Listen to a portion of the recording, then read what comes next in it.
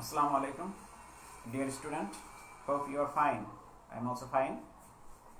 তো যথারীতি আমরা আজকে পদার্থবিজ্ঞান আমাদের দ্বিতীয় পত্রের নবম অধ্যায়ের উপর আলোচনা করব।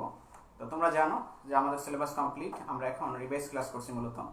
তো সেজন্যই আমরা চ্যাপ্টার 9 এর উপরে অর্থাৎ স্ট্রাকচার অফ অ্যাটম অ্যান্ড কি নিউক্লিয়ার মডেল, পারমাণবিক মডেল, এই চ্যাপ্টারের উপরে আমরা কি কথা বলবো। তো দেখো আমরা আমরা মূলত সৃজনশীল প্রশ্নগুলো নিয়ে একটু কথা বলবো। তো আমরা একটি উদ্দীপক লিখেছি যে হাইড্রোজেন পরমাণুর অনুমোদিত দ্বিতীয় কক্ষ হতে প্রথম কক্ষে ইলেকট্রন যাওয়ার জন্য কি হয়, ফোটন নির্গত হয়। এটি হলো মূলত আমাদের উদ্দীপক, বা এভাবে হতে পারে যে হাইড্রোজেন পরমাণুর অনুমোদিত প্রথম কোয়ান্টাম কক্ষ হতে আর দ্বিতীয় কোয়ান্টাম কক্ষ হতে প্রথম কোয়ান্টাম কক্ষে ইলেকট্রন যাওয়ার জন্য ফোটন নির্গত হয়, বা এই যে ফোটন নির্গত হলো এটি হলো আমাদের উদ্দীপক। আর যে ইলেকট্রনটি নির্গত হলো সেটি তার যে চার্জ সেটি আমরা জানি কি 1.6 × 10⁻⁹ কুলম্ব, আর ইলেকট্রনের ভরও আমরা জানি 9.1 × 10⁻31 কেজি, এবং এখানে যে জুলের যে ধ্রুবক সেটি হলো 6.63 × 10⁻34 জুল সেকেন্ড। আর এখানে যে ভেদন যোগ্যতা যেটি সেটি 8.85 × 10⁻12 coulomb square per newton per metre square. তো এটি হলো আমাদের উদ্দীপক। তো তোমরা জানো আমাদের কোশ্চেনের প্যাটার্ন হলো 1 2 3 4 1 2 3 4। তো এক নম্বরের যে কোশ্চেন সেটি আমরা জানি এটি জ্ঞানমূলক কোশ্চেন। তো এই চ্যাপ্টারে জ্ঞানমূলক কোশ্চেন যদি আমরা আলোচনা করি, এখানে প্রচুর জ্ঞানমূলক কোশ্চেন অর্থাৎ সংজ্ঞা এখানে দেয়া যায়, তারপরে বিভিন্ন একক আছে, এগুলো কথা বলা যায়। তো ধরো এক নম্বরে তুমি যদি একটি সংজ্ঞা জ্ঞানমূলক প্রশ্ন চিন্তা করো, এটি যদি তুমি চিন্তা করো যে নিউক্লিয় বিক্রিয়া কি, এক নম্বরে জ্ঞানমূলক প্রশ্ন হতে পারে যে নিউক্লিয় বিক্রিয়া কি। তাহলে নিউক্লিয় বিক্রিয়ার ডেফিনেশনটা কি, তোমরা লিখবা যে বিক্রিয়ার ফলে কি পরমাণুর নিউক্লিয়াসের পরিবর্তন ঘটে সেই বিক্রিয়াকে বলা হয় নিউক্লিয়ার বিক্রিয়া। আবার বলছি, যে বিক্রিয়ার ফলে পরমাণুর নিউক্লিয়াসের পরিবর্তন ঘটে তাকে বলা হয় নিউক্লিয়ার বিক্রিয়া। অর্থাৎ একটি মৌল কি হবে, নতুন একটি মৌলে পরিবর্তিত হয়, নতুন আরেকটি মৌলে রূপান্তরিত হবে, সেটিকে বলা হয় নিউক্লিয়ার বিক্রিয়া। তো এর যদি একটা আমরা এক্সাম্পল দেই নিউক্লিয় বিক্রিয়া,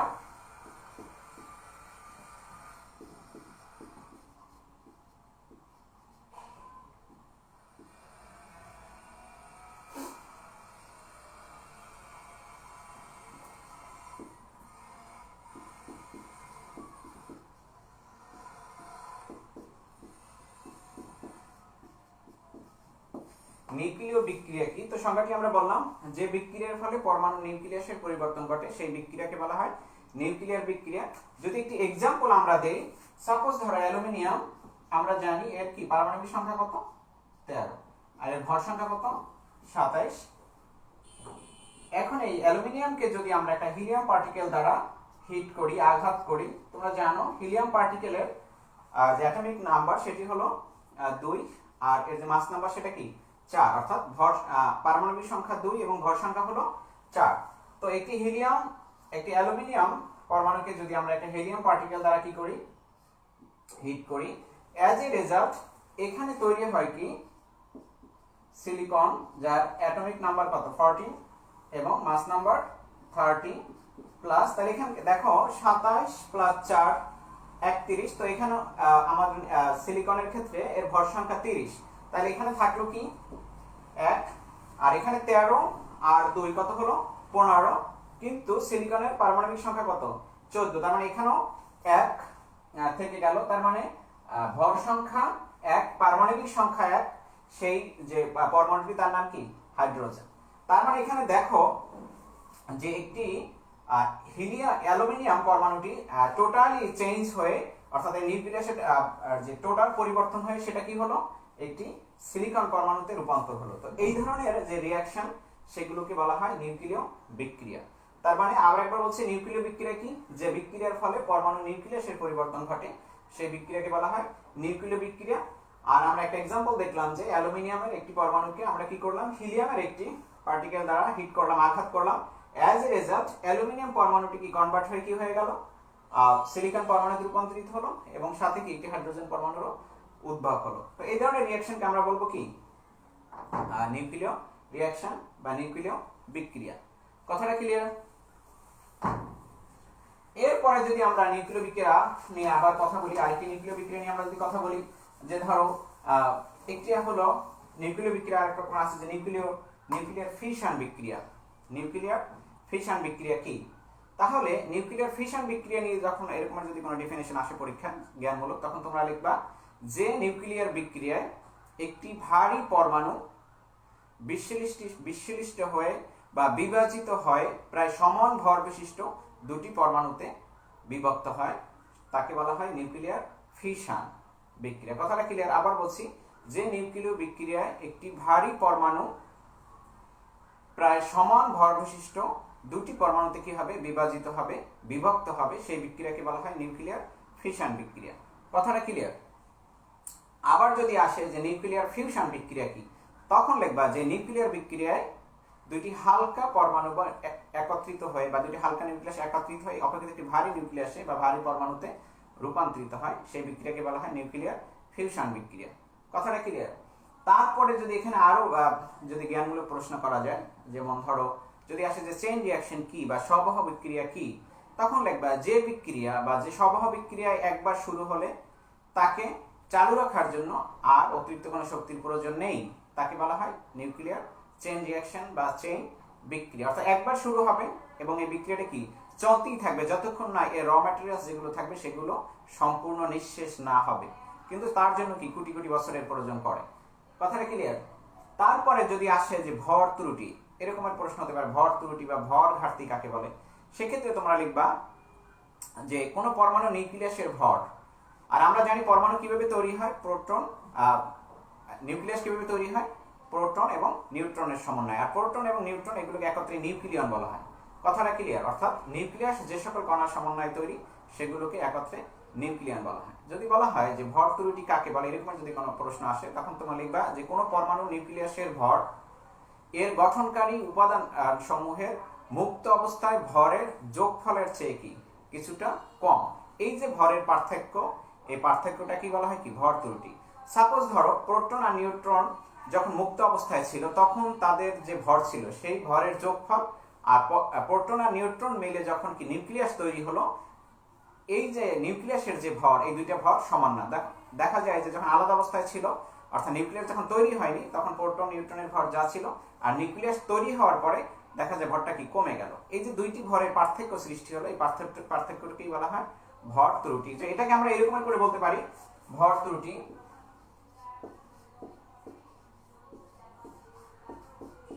ভর ত্রুটি কি বা কাকে বলে? তো কি হবে, ধরো টোটাল নিউক্লিয়াসের যে মাস বা ভর, সেটাকে আমরা বললাম টোটাল, এখানে এনইউসি নিউক্লিয়াস বলছি, অর্থাৎ মাস অফ নিউক্লিয়াস। আর যখন ধরো মাস অফ প্রোটন আর কি মাস অফ নিউট্রন, অর্থাৎ প্রোটনের ভর আর নিউট্রনের ভর, এই দুইটি ভরের যোগফল।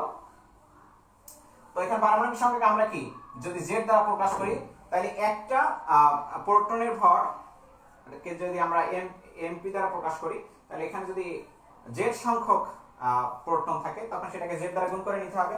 আর এখানে একটা নিউট্রনের ভর, এখন এখানে যদি একটা নিউট্রন না থেকে ধরো একাধিক থাকে, সেটার সংখ্যাকে যদি আমরা এন দ্বারা প্রকাশ করি, তাহলে কি বলবো জেড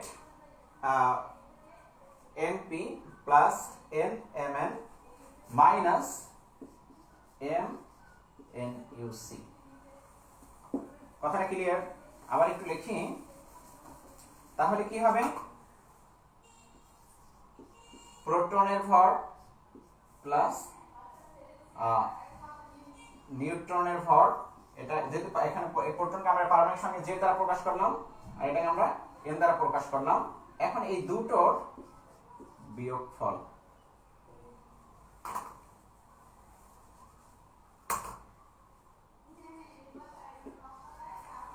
কথাটা ক্লিয়ার? তার মানে দেখা গেল যে প্রোটন আর নিউট্রনের ভর যখন এরা আলাদা অবস্থায় ছিল যা ছিল, আর যখন প্রোটন আর নিউট্রন মিলে নিউক্লিয়াস তৈরি করলো, তখন যে ভর হলো, এই দুইটা ভর কি সমান না। এই দুইটা ভরের ভিতরে কি আছে, একটা পার্থক্য আছে, এটাকে আমরা ডেল্টা এম দ্বারা প্রকাশ করি, তাই ডেল্টা এমই হলো ভর ত্রুটি। কথাটা ক্লিয়ার? এটা এই যে সমীকরণটা আমরা লিখলাম, এটি দ্বারা ভর ত্রুটিকে প্রকাশ করা হয়। তাহলে ভর ত্রুটি ডেফিনেশনটা তোমরা আবার বলছি যে কোনো পরমাণুর নিউক্লিয়াসের ভর এর গঠনকারী উপাদান সমূহের মুক্ত অবস্থায় ভরের চেয়ে কি হয়, কিছুটা কম হয়। ভরের এই পার্থক্যকে বলা হয় ভর ত্রুটি, আর ভর ত্রুটিকে ডেল্টা এম দ্বারা প্রকাশ করা হয়। তো ডেল্টা এম সময় আমরা লিখলাম যে কি জেড সংখ্যক প্রোটনের ভর প্লাস এন সংখ্যক নিউট্রনের ভর, অর্থাৎ যদি জেড সংখ্যক প্রোটন এবং এন সংখ্যক নিউট্রন মিলে যদি একটি কি হয় নিউক্লিয়াস তৈরি হয়, তাহলে তাদের যে ভর হবে সেই ভরটি কি তারা যখন মুক্ত অবস্থায় ছিল তার চেয়ে কি কম হবে। আর এই ভরের পার্থক্যটার নামে কি ভর ত্রুটি। এরপরে যদি আমরা জ্ঞানমূলক আরেকটি কোয়েশ্চেন নিয়ে কথা বলি, সেটি যদি হয় ধরুন নিউক্লিয়ার, এটাকে বলা হয় কি ক্ষয় সূত্র। হ্যাঁ, ক্ষয় সূত্র কাকে বলে এটাকে আমরা লিখতে পারবো অর্থাৎ তেজস্ক্রিয় ক্ষয় সূত্র। তেজস্ক্রিয় ক্ষয় সূত্রের ডেফিনিশনটা হলো যে কোনো পরমাণুর কোনো তেজস্ক্রিয় পরমাণুর ভাঙ্গনের হার ওই সময় উপস্থিত অখ্যাত পরমাণু সংখ্যার সমানুপাতিক। আবার বলছি, কোনো তেজস্ক্রিয় মৌলের পরমাণুর ভাঙ্গনের হার ওই সময় উপস্থিত অখ্যাত পরমাণু সংখ্যার সমানুপাতিক। সাপোজ ধরো টি সমান সমান 0 সময়ে, অর্থাৎ যখন বিক্রিয়াটি কি ভাঙ্গন শুরু হয়নি, তখন ধরো একটি পরমাণুর একটি মৌলের পরমাণু সংখ্যা ছিল কি n0। কথাটা ক্লিয়ার? অর্থাৎ যখন ভাঙ্গন শুরু হয়নি t = যখন 0, তখন এর পরমাণু সংখ্যা ছিল কি n0। এখন t সমান কিছু সময় যখন অতিবাহিত হলো, অর্থাৎ যখন পরমাণু ভাঙ্গন শুরু হলো, তখন অর্থাৎ t সমান t সময়ে অখ্যাত পরমাণু সংখ্যা হলো কি n = n0। কথাটা ক্লিয়ার? অর্থাৎ t = t সময়ে এখানে আমরা বলবো যে অখ্যাত পরমাণু সংখ্যা কি হলো n। কথাটা ক্লিয়ার? আবার শোনো, যখন ভাঙ্গন শুরু হয়নি অর্থাৎ t = 0, তখন পরমাণু সংখ্যা ছিল কি আদি পরমাণু সংখ্যা ছিল n0।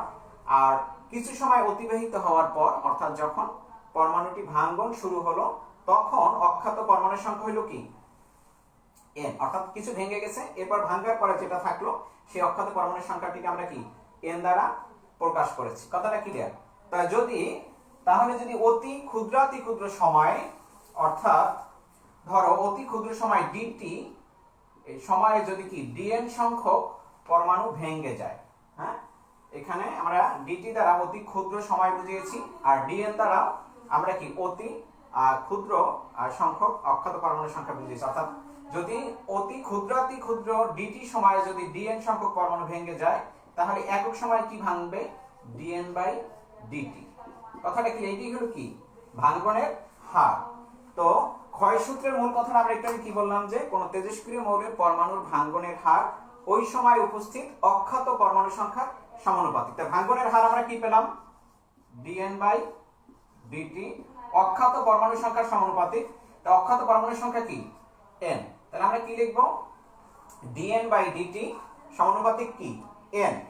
আর এর আগে একটি মাইনাস চিহ্ন আসবে। এই মাইনাস চিহ্নটা কি নির্দেশ করে?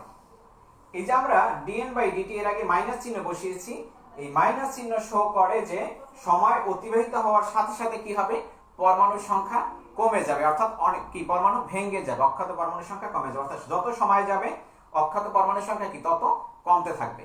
কথাটা ক্লিয়ার? তো এখানে মাইনাস চিহ্ন শুধু এখানে বোঝায় যে সময় অতিবাহিত হওয়ার সাথে সাথে অখ্যাত পরমাণুর সংখ্যা কমে যাবে।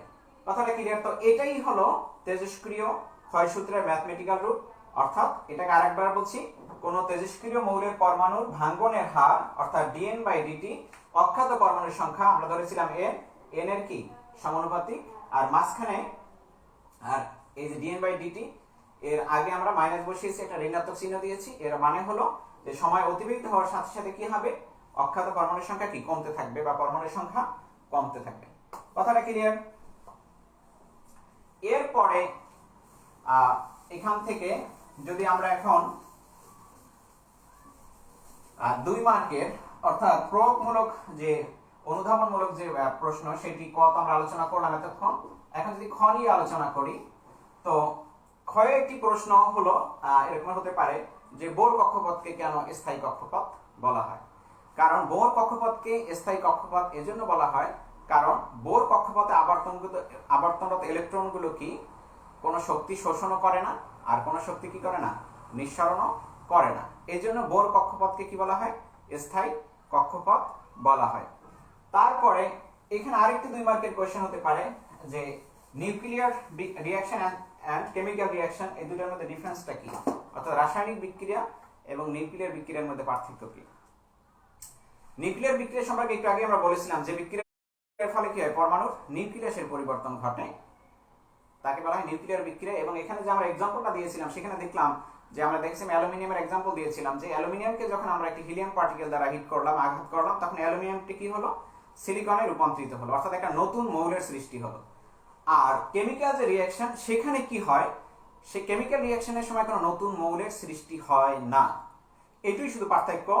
মূল কথা এটাই যে নিউক্লিয়ার বিক্রিয়ায় একটি মৌল নতুন আরেকটি মৌলে রূপান্তরিত হবে, কিন্তু যেটা কেমিক্যাল রিঅ্যাকশন রাসায়নিক বিক্রিয়া, সেই রাসায়নিক বিক্রিয়ার সময় কি হবে, যে কোনো নতুন মৌলের উদ্ভব হবে না, শুধু কি হবে, পরমাণুর আর যে বাহিরের যে সজ্জাটি অর্থাৎ ইলেকট্রন সজ্জার কি হবে, এখানে একটি পরিবর্তন হবে।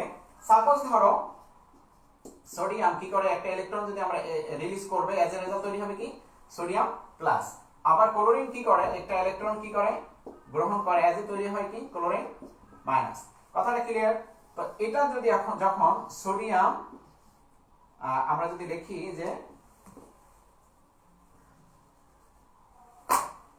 সোডিয়াম প্লাস কি, ক্লোরিন, এখানে তৈরি হবে কি, সোডিয়াম ক্লোরাইড, বা একে আমরা এভাবে লিখতে পারি সোডিয়াম ক্লোরাইড।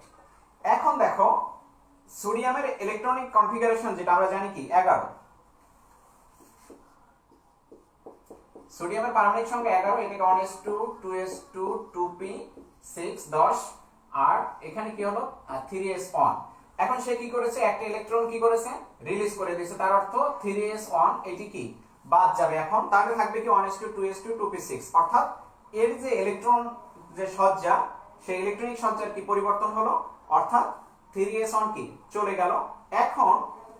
এখন 3sn যদি কি চলে যায়, 3s1 যদি চলে যায়, তাহলে এখানে কি হলো, তার যে পারমাণবিক যে সজ্জা অর্থাৎ ইলেকট্রনিক যে কনফিগারেশন সেটি চেঞ্জ হলো, কিন্তু এখানে কোনো নতুন মৌল তৈরি হলো না। আবার যদি আমরা ক্লোরিনের কথা চিন্তা করি, ক্লোরিনের আমরা জানি ক্লোরিনের অ্যাটমিক নাম্বার কত, 17। তো এর ইলেকট্রনিক কনফিগারেশন কি 1s2 2s2 2p6 3s2 3p5। কথাটা ক্লিয়ার? এখানে খেয়াল করো 3s2 3p5 মানে 7। এখন ক্লোরিন যদি একটি ইলেকট্রন কি করে, এখানে দেখলাম ক্লোরিন কি করেছে, একটা ইলেকট্রন গ্রহণ করেছে, এজ এ রেজাল্ট কি হবে, ক্লোরিনের এখানে যেহেতু 7 আছে, 2 + 5 7, এখানে একটা ইলেকট্রন গ্রহণ করার কারণে এর ইলেকট্রনিক কনফিগারেশনটা হবে কি, ক্লোরিন -1। এটা তখন এখানে আমরা যদি 18 বলতে পারি, তখন এই হবে কি 1s2 2s2 2p6 3s2 3p6, অর্থাৎ একটা ইলেকট্রন গ্রহণ করার মাধ্যমে ক্লোরিন কি আর্গনের যে ইলেকট্রনিক কনফিগারেশন সেটাকে কি করছে, গেইন করেছে। তার মানে এখানে আমরা দেখলাম যে রাসায়নিক বিক্রিয়ার সময় কি হয়, যে পরমাণুর যে বহির্গোলকের ইলেকট্রন সজ্জার পরিবর্তন ঘটে, কিন্তু এখানে কোনো নতুন মৌলের উদ্ভব হয় না। আর নিউক্লিয়ার রিঅ্যাকশনের ক্ষেত্রে কি হয়, যে নতুন মৌলের উদ্ভব হয়। কথাটা ক্লিয়ার? তারপরে যদি আমরা আরেকটা 2 মার্কের কোয়েশ্চেন নিয়ে কথা বলি, সেটি কি রকমের হতে পারে, যেমন এইটা দিয়ে যদি আমরা বলি যে নিউক্লিয়ার বিক্রিয়ার চেইন, এটা তো আমরা বলে ফেলেছি, যদি আমরা একটু আগে নিউক্লিয়ার ফিশন আর নিউক্লিয়ার ফিউশন এর ভিতরে ডিফারেন্স কি এরকমের যদি আসে, তাহলে আমরা প্রথমে তোমরা এর সংজ্ঞা দুটো লিখবা যে নিউক্লিয়ার ফিউশন কি, নিউক্লিয়ার ফিশন কি। তারপরে নিউক্লিয়ার যে ফিশন, এখানে অত্যাধিক পরিমাণ শক্তি নির্গত হয়, যেটার পরিমাণ প্রায় 200 মিলিয়ন ইলেকট্রোভোল্ট, 200 মিলিয়ন ইলেকট্রোভোল্ট। আর একটা ডিফারেন্স হতে পারে, আর যদি আমরা নিউক্লিয়ার ফিউশনের কথা বলি, এখানে অত্যাধিক পরিমাণ শক্তি নির্গত হয়, কিন্তু এখানে শক্তিটা 200 মিলিয়ন ইলেকট্রন ভোল্টের চেয়ে অনেক কম। এখানে সাধারণত 2.23 মিলিয়ন ইলেকট্রোভোল্ট বা 23.2 এরকমের, অর্থাৎ লেস দ্যান 50 মিলিয়ন ইলেকট্রোভোল্টের চেয়েও এখানে কম, অর্থাৎ 200 মিলিয়ন ইলেকট্রোভোল্টের চেয়ে অনেক কম শক্তি নির্গত হয়। কথাটা ক্লিয়ার? তারপরে এই যে নিউক্লিয়র যে ফিশন এবং ফিউশন দুইটাই কি অত্যাধিক উচ্চ তাপমাত্রায় কি সংঘটিত হয়। এরকমের তোমরা কি পার্থক্য লিখতে পারবে। এরপরে আমরা ক আর খ নিয়ে কথা বললাম। এখন যদি আমরা এই যে আমাদের যে উদ্দীপকটি আমরা লিখলাম, কারণ তোমরা জানো ক আর খ বই থেকে হুবহু এই প্রশ্নটির আনসার তোমরা পেয়ে থাকো, আনসার করা সম্ভব, কিন্তু যে গ আর ঘ এটি তোমরা যদি বেসিক না থাকলে গ এবং ঘ আনসার করা অনেকটা দুরূহ ব্যাপার। তো এখন আমাদের যে প্রশ্ন সেটি হলো কি হাইড্রোজেন পরমাণু অনুমোদিত দ্বিতীয় কোয়ান্টাম কক্ষপথে প্রথম কোয়ান্টাম কক্ষে ইলেকট্রন যাওয়ার জন্য কি হয়, ফোটন নির্গত হয়। তো এখন আমরা যদি বলি এখান থেকে আমরা যে যেটা হাইড্রোজেন পরমাণুর ব্যাসার্ধ বের করতে পারি, হ্যাঁ, হাইড্রোজেন পরমাণু এখানে বেগ বের করা সম্ভব। হাইড্রোজেন পরমাণু এখানে কি এই যে দ্বিতীয় কক্ষপথ থেকে প্রথম কক্ষপথে ইলেকট্রন কি যাওয়ার জন্য যে ফোটন নির্গত হলো, ইলেকট্রন যে দ্বিতীয় কক্ষপথ থেকে প্রথম কক্ষপথে চলে গেল, এখানে কি পরিমাণ শক্তি নির্গত হয়েছে সেই শক্তি বের করা সম্ভব। হ্যাঁ, আবার এখানে আরেকটি কোয়েশ্চেন করা যায় যে ইলেকট্রন যে হাইড্রোজেন অনুমোদিত দ্বিতীয় কক্ষপথ থেকে প্রথম কক্ষপথে যাওয়ার জন্য যে কি বিকিরণ যে নিঃসরণ হলো, এই বিকিরণগুলো খালি চোখে দেখা যাবে কি না, এরকম প্রশ্ন করা যায়। তার মানে কি একটা প্রশ্ন থেকে অনেক প্রশ্ন এই উদ্দীপক থেকে আমরা তৈরি করতে পারি। আবার এরকম বলতে পারি হাইড্রোজেনের প্রথম কক্ষপথের কি ব্যাসার্ধ বের করো, হাইড্রোজেনের দ্বিতীয় কক্ষপথের ব্যাসার্ধ বের করো, হাইড্রোজেনের তৃতীয় কক্ষপথের ব্যাসার্ধ বের করো, এরকম আর কি প্রশ্ন করা যায়। কথাটা ক্লিয়ার? তাহলে গ নম্বর প্রশ্ন যদি আমরা এখানে বলি যে হাইড্রোজেনের কি অনুমোদিত দ্বিতীয় কক্ষের ব্যাসার্ধ নির্ণয় করো।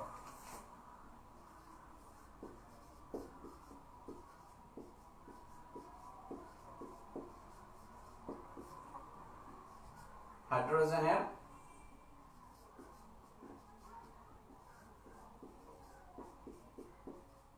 অনুমোদিত দ্বিতীয় কক্ষের ব্যাসার্ধ বা বেগ, তুমি যা খুশি তাই বের করতে পারো। ব্যাসার্ধ আমরা ব্যাসার্ধ বের করব, ব্যাসার্ধ নির্ণয় করো। যেহেতু হাইড্রোজেন অনুমোদিত দ্বিতীয় কক্ষের ব্যাসার্ধ নির্ণয় করো, তাহলে আমাদের যেহেতু কক্ষের ব্যাসার্ধ বের করার যে ফর্মুলা সেটা আমাদেরকে কি প্রথমে জানতে হবে। তো আমরা জানি, আমরা এখন প্রশ্নটা মুছে দিলাম।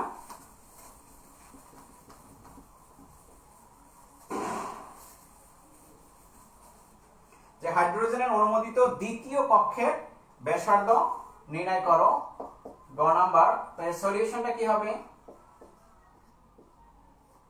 তো হাইড্রোজেন আমরা প্রথমে হাইড্রোজেনের এনতম কক্ষপথের যে ব্যাসার্ধ সেটি আমরা জানি। তো এনতম কক্ষপথের ব্যাসার্ধ যদি আমরা জানি, সেখান থেকে এন এর ভ্যালুটা আমরা জানি, এটা 1 2 3 এরকম হতে পারে। তো এনতম কক্ষপথের ব্যাসার্ধ বের করার ফর্মুলাটা কি? তো এনতম কক্ষপথের হাইড্রোজেনের এনতম কক্ষপথের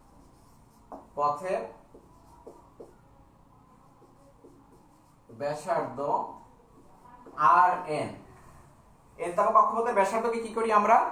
Rn দ্বারা প্রকাশ করি। তো Rn যদি হয় তাহলে এখানে আমরা কি লিখতে পারি বলো দেখি। এখানে আমরা লিখব হাইড্রোজেনের এনতম কক্ষপথের যে ব্যাসার্ধ সেটির ফর্মুলা হলো n square h square epsilon not. কি বলছি? n square h square epsilon not, এরপর হবে কি পাই m e স্কয়ার। খেয়াল করো হাইড্রোজেনের এনতম কক্ষপথের ব্যাসার্ধ হলো কি Rn = n square h square epsilon naught pi m e square. কথাটা ক্লিয়ার? তাই যদি হয়, কিন্তু আমাদের প্রশ্নটাই বলছে কি হাইড্রোজেন পরমাণুর দ্বিতীয় কক্ষপথের ব্যাসার্ধ। যেহেতু দ্বিতীয় কক্ষপথের ব্যাসার্ধের কথা বলা হয়েছে, তাই এখানে n এর পরিবর্তে আমরা লিখব 2, অর্থাৎ r2 সমান হবে, এখানে n এর পরিবর্তে লিখব আমরা 2। কথাটা ক্লিয়ার? অর্থাৎ n এর পরিবর্তে 2 লিখব। যেহেতু দ্বিতীয় কক্ষপথ বলছে n এর পরিবর্তে 2 লিখব। যদি তৃতীয় কক্ষপথ বলা হতো তাহলে n এর পরিবর্তে কি 3 বসাইতাম। যদি এখানে প্রথম কক্ষপথ বলা হতো তাহলে n এর পরিবর্তে 1 বসাইতাম, অর্থাৎ r1। এখানে n এর পরিবর্তে 1 বসাইতাম, 1 স্কয়ার হয়ে যেত। কিন্তু এখন n এর পরিবর্তে আমরা 2 বসাবো, এখানে কি হবে? n এর পরিবর্তে 2 মানে কি 2 স্কয়ার হয়ে যাবে। কথাটা ক্লিয়ার? তাহলে যেহেতু আমরা কি হাইড্রোজেনের দ্বিতীয় কক্ষপথের ব্যাসার্ধ বলছে, অতএব আমরা বলবো কি R2 সমান সমান আমরা এখন কি বলবো 2 স্কয়ার আর এখানে h স্কয়ার, h এর ভ্যালু আমরা এখানে আমরা জানি কি 6.63 into 10 to the power minus 34, আর যেহেতু n এর উপরে কি h এর উপরে স্কয়ার আছে, এর উপরে আমরা কি দিব স্কয়ার দিব। এরপরে আছে কি এপসিলন নট, তো এপসিলন নট এর ভ্যালু হলো 8.85 into 10 to the power minus 12। এরপরে নিচে আছে পাই এম, পাই এর ভ্যালু আমরা জানি 3.1416, আর এম হলো এখানে ইলেকট্রনের ভর, তো ইলেকট্রনের ভর আমরা জানি 9.1 into 10 to the power minus 31 kg. আর এখানে ই হইলো কি ইলেকট্রনের চার্জ, এটা আমরা জানি কি 1.6 into 10 to the power minus 19। যেহেতু এর উপরে স্কয়ার আছে আমরা কি এর উপরে স্কয়ার দিয়ে দেব। কথাটা ক্লিয়ার? তাহলে এখন এই রাশিটিকে যদি আমরা কি এখন এটা ক্যালকুলেশন করি, তাহলে কি আমরা আমাদের কাঙ্ক্ষিত রেজাল্টটা কি পেয়ে যাব, কাঙ্ক্ষিত রেজাল্ট পেয়ে যাব। আর তোমরা ক্যালকুলেটরে হিসাব করতে পারো, তাহলে এর টোটাল যে রেজাল্ট আসবে সেটা হবে কি 2.127 ইনটু, এটাকে যদি আমরা হিসাব করি তাহলে টোটাল রেজাল্ট আসবে 2.127 into 10 to the power minus 10 metre. আর এখান থেকে আবার আমরা লিখতে পারবো 2.127 into 10 to the power minus 10 metre, এর মানে কি 1 অ্যাংস্ট্রম। তখন আমরা লিখলাম কি, তোমরা এটা জানো 1 অ্যাংস্ট্রম ইকুয়াল টু কি 10 to the power minus 10 metre. কথাটা ক্লিয়ার? তাহলে এই হিসেবটা যদি আমরা টোটাল বের করি তাহলে রেজাল্ট আসবে কি 2.127 অ্যাংস্ট্রম, 2.127 অ্যাংস্ট্রম। কথাটা ক্লিয়ার? তো এখানে আমরা হাইড্রোজেনের দ্বিতীয় কক্ষপথের ব্যাসার্ধ বের করে ফেললাম। ইচ্ছা করলে তুমি প্রথম কক্ষপথের পরীক্ষা যদি আসে প্রথম কক্ষপথের ব্যাসার্ধ বের করতে পারবা, যদি বলে থার্ড কক্ষপথ সেটা করতে পারবা, যা চাইবে সেটা। অর্থাৎ ফর্মুলাটা শুধু মনে রাখতে যদি থাকলে হবে যে আমরা n তম কক্ষপথের ব্যাসার্ধের রাশিমালা হলো rn = n square h square epsilon naught pi r e square. এখানে যেহেতু আমরা দ্বিতীয় কক্ষপথ বলছি সেখানে এখানে n এর পরিবর্তে 2 বসিয়ে ভ্যালুগুলো আমরা এখানে প্লট করেছি। তারপর দেখো ক্যালকুলেশন করলে রেজাল্ট আসলো কি 2.127 অ্যাংস্ট্রম, 2.127 অ্যাংস্ট্রম। এরপরে যে প্রশ্নটি আমাদের ছিল, আমরা দেখলাম যে হাইড্রোজেনের অনুমোদিত দ্বিতীয় কক্ষপথ থেকে কি প্রথম কক্ষপথে ইলেকট্রন যখন কি যাওয়ার ফলে কি হয়েছে ফোটন নির্গত হয়েছে। এই যে ইলেকট্রন দ্বিতীয় কক্ষপথ থেকে প্রথম কক্ষপথে গেল, এখানে যে বিকিরণ হলো এই বিকিরণটি খালি চোখে আমরা দেখতে পাবো কি না, অর্থাৎ এটিকে আমরা দেখতে পাবো কিনা। এখন এখানে একটা কথা হলো যে আমাদের দৃশ্যমান যে আলো, দৃশ্যমান আলোর তরঙ্গদৈর্ঘ্য হলো 10 to the power minus 7 metre হতে 7 into 10 to the power minus 7 metre. এটি হলো কি দৃশ্যমান আলোর তরঙ্গ দৈর্ঘ্য। কথাটা ক্লিয়ার? দৃশ্যমান আলোর তরঙ্গ দৈর্ঘ্য হলো কি 4 into 10 to the power minus 7 metre থেকে 7 into 10 to the power minus 7 metre. এটি হলো দৃশ্যমান আলোর তরঙ্গদৈর্ঘ্য। এখন ফোটন যখন আমরা কি দেখলাম যে অনুমোদিত কক্ষপথে দ্বিতীয় কক্ষপথ থেকে প্রথম কক্ষপথে যখন কি ইলেকট্রন যাওয়ার ফলে যে বিকিরণ হলো, সেই বিকিরণের তরঙ্গদৈর্ঘ্য যদি কি হয় এই রেঞ্জের ভিতরে হয়, অর্থাৎ দৃশ্যমান আলোর তরঙ্গদৈর্ঘ্য যে আলোটা আমরা চোখে দেখতে পাই সেই আলোর তরঙ্গদৈর্ঘ্যের সমান এর ভিতর এই রেঞ্জের ভিতরে হয়, তাহলে কি আমরা দেখতে পাবো। কিন্তু এর চাইতে যদি কম হয় তাহলে সেটা কি দেখা সম্ভব হবে না। তার অর্থ কি? এর অর্থটা দাঁড়াইলো আমাদেরকে এইখান থেকে কি করতে হবে যে তরঙ্গ দৈর্ঘ্য, অর্থাৎ যে বিকিরণ হলো সেই বিকিরণের তরঙ্গ দৈর্ঘ্য বের করতে হবে। আর সেই তরঙ্গ দৈর্ঘ্য বের করে আমরা কি করব এই দৃশ্যমান যে আলোর যে তরঙ্গ দৈর্ঘ্য তার সাথে কম্পেয়ার করব। যদি দেখা যায় যে 4 ইনটু 10 টু দি মাইনাস 7 থেকে 7 ইনটু 10 টু দি মাইনাস 7 মিটারের মধ্যে হয়েছে, তাইলে তো সেই বিকিরণটা আমরা দেখতে পাবো। আর যদি এর চেয়ে কম হয় তাহলে কি সেটা দেখা যাবে না। তো এখন দেখো আমরা শুরু করি। তো আমরা জানি শক্তি বের করার ফর্মুলা হলো কি এসসি বাই ল্যামডা, অতএব ল্যামডা ইকুয়াল টু কি হবে এসসি বাই ই। কথাটা ক্লিয়ার? অর্থাৎ তরঙ্গ দৈর্ঘ্য বের করার ফর্মুলাটা হবে এসসি বাই ই, অর্থাৎ টোটাল শক্তি। তার মানে এখানে আমাদেরকে শক্তি বের করতে হবে, কারণ আমাদের দেয়া আছে এইচ দেয়া আছে, সি আলোর বেগ দেয়া আছে, কিন্তু আমাদের ল্যামডা দেয়া নাই, ঠিক না? ল্যামডা বের করতে হবে, আবার শক্তি প্রথমে আবার এখানে শক্তিও দেওয়া নেই, তার মানে শক্তিটাও আমাদেরকে বের করতে হবে। তো আমরা জানি যখন ইলেকট্রন এক কক্ষপথ থেকে আরেক কক্ষপথে যায় তখন যে শক্তিটা নিঃসৃত হয় বা শোষিত হয় তার পরিমাণটা কি E সমান সমান আমরা জানি কি minus m e to the power 4, এরপরে কি আছে 8 n square h square epsilon naught square. কথাটা ক্লিয়ার? তো টোটাল শক্তির বের করার ফর্মুলাটা কি m e to the power 4 8 epsilon naught 8 n square h square epsilon naught square. এটা হলো কি আমাদের টোটাল শক্তি বের করার ফর্মুলা।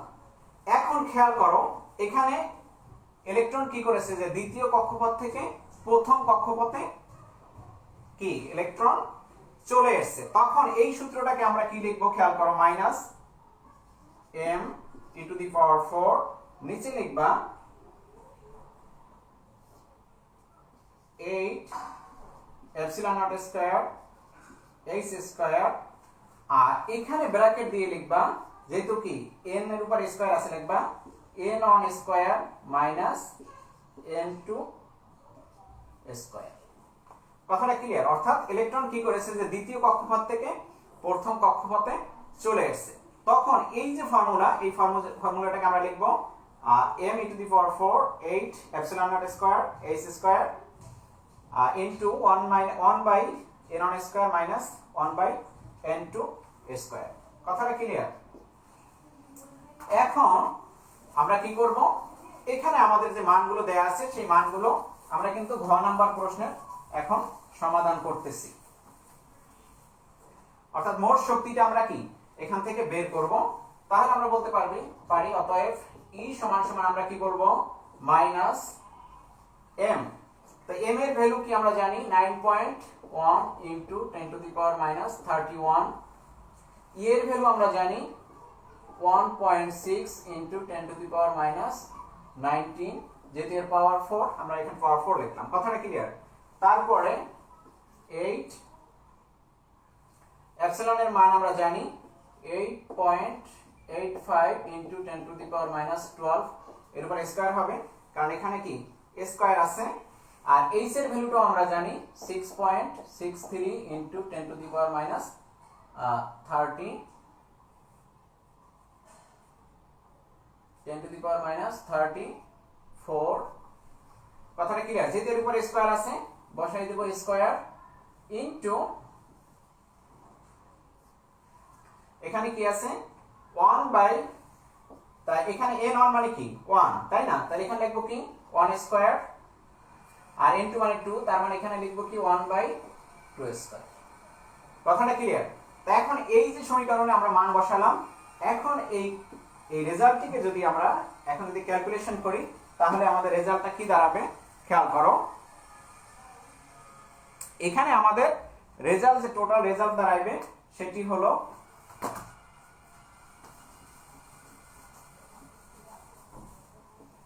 এখানে আমরা আমাদের যদি রেজাল্ট আমরা লিখি তাহলে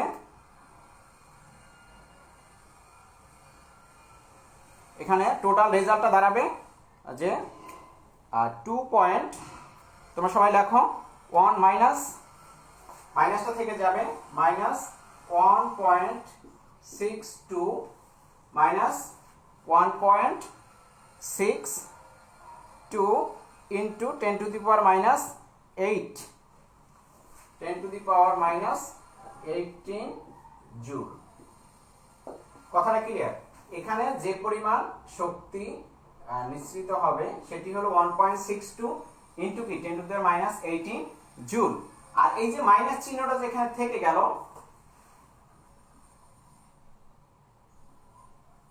এই মাইনাস চিহ্নটা এখানে শো করবে কি যে এখানে কি হয়েছে, শক্তি নির্গমন হয়েছে। কারণ যেহেতু দ্বিতীয় কক্ষপথ থেকে প্রথম কক্ষপথে আসছে, অর্থাৎ উচ্চতর কক্ষপথ থেকে যখন নিম্নতর কক্ষপথে আসে তখন শক্তি কি হয়, নিঃসরণ হয়। আর যখন নিম্ন কক্ষপথ থেকে উচ্চ কক্ষপথে চলে যায় তখন সেক্ষেত্রে কি হয়, শক্তি শোষণ হয়। যেহেতু দ্বিতীয় কক্ষপথ থেকে প্রথম কক্ষপথে আসছে, এখানে কি শক্তি নিঃসরণ ঘটেছে, সেই জন্য এখানে মাইনাস চিহ্নটা, এই মাইনাস চিহ্নটা সেটাই শো করে।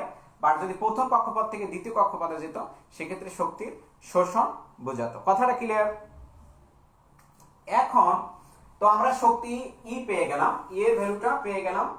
এখন যেহেতু এখানে মাইনাস আছে, এই মাইনাসকে কি আমরা রিমুভ করার জন্য কি করলাম, এর উপর মডুলাস নিয়ে আসলাম। তখন আমরা লিখতে পারবো 1.62 into 10 to the power minus 18 joule. কথাটা ক্লিয়ার? অর্থাৎ আমরা শক্তিটা পেয়ে গেলাম। এখন আমাদের বের করতে হবে কি, তরঙ্গ দৈর্ঘ্য। তো তরঙ্গ দৈর্ঘ্য বের করার ফর্মুলাটা একটু আগে আমরা লিখেছিলাম। তো এখানে আমরা দেখলাম যে ইকুয়াল টু কি hc বাই ল্যামডা, অতএব ল্যামডা সমান সমান আমরা কি লিখব, hc বাই e। কথাটা ক্লিয়ার? তো এখন খেয়াল করো, h এর ভ্যালু আমরা জানি 6.63 into 10 to the power minus 34, আর c এখানে আলোর বেগ। তো আলোর বেগ এটাকে আলোর দ্রুতি বলি আমরা, 3 ইনটু 10 টু দি পাওয়ার কি 8 মিটার পার সেকেন্ড। আর ই হলো এখানে মোট শক্তি আমরা যেটা পেয়েছি কি 1.62 ইনটু কি 10 টু দি পাওয়ার মাইনাস 18। এখন এই সমীকরণটি যদি আমরা তোমরা সমাধান করো, তাহলে এখানে যে টোটাল যে রেজাল্টটা আসবে সেটি হবে কি, অর্থাৎ 6.673 into 10 to the minus 34 into 3 into 10 to the power 8 divided by 1.62 into 10 to the power minus 18। তো যেহেতু এটা তরঙ্গ দৈর্ঘ্য, তরঙ্গ দৈর্ঘ্যের ইউনিট আমরা জানি কি মিটার। তো এখন এই রেজাল্ট একে যদি আমরা সমাধান করি সেক্ষেত্রে রেজাল্ট আসবে 1.227 into 10 to the power minus 7, 10 to the power minus 7 metre. খেয়াল করো এখানে যে আমরা যে বিকিরণ নিঃসৃত হলো, সেই নিঃসৃত বিকিরণের তরঙ্গ দৈর্ঘ্য হলো কত, 1.227 into 10 to the power minus কি 7 মিটার। আর একটু আগে আমরা দেখলাম দৃশ্যমান আলোর যে তরঙ্গ দৈর্ঘ্য সেটি কি 4 into 10 to the power minus 7 metre থেকে কি হলো 7 into 10 to the power minus 7 metre. এখন খেয়াল করি দুটোকে যদি আমরা কম্পেয়ার করি, এটি হলো নিশ্চিত বিকিরণের তরঙ্গ দৈর্ঘ্য আর এটি হলো কি দৃশ্যমান, এটাকে যদি আমরা দৃশ্যমান আলোর আর তরঙ্গ দৈর্ঘ্য। এখন দেখো এখানে রেজাল্ট কত, আমাদের শুরু হয়েছে 4 into 10 to the minus 7, এখানে 10 to the minus 7 আছে ঠিকই।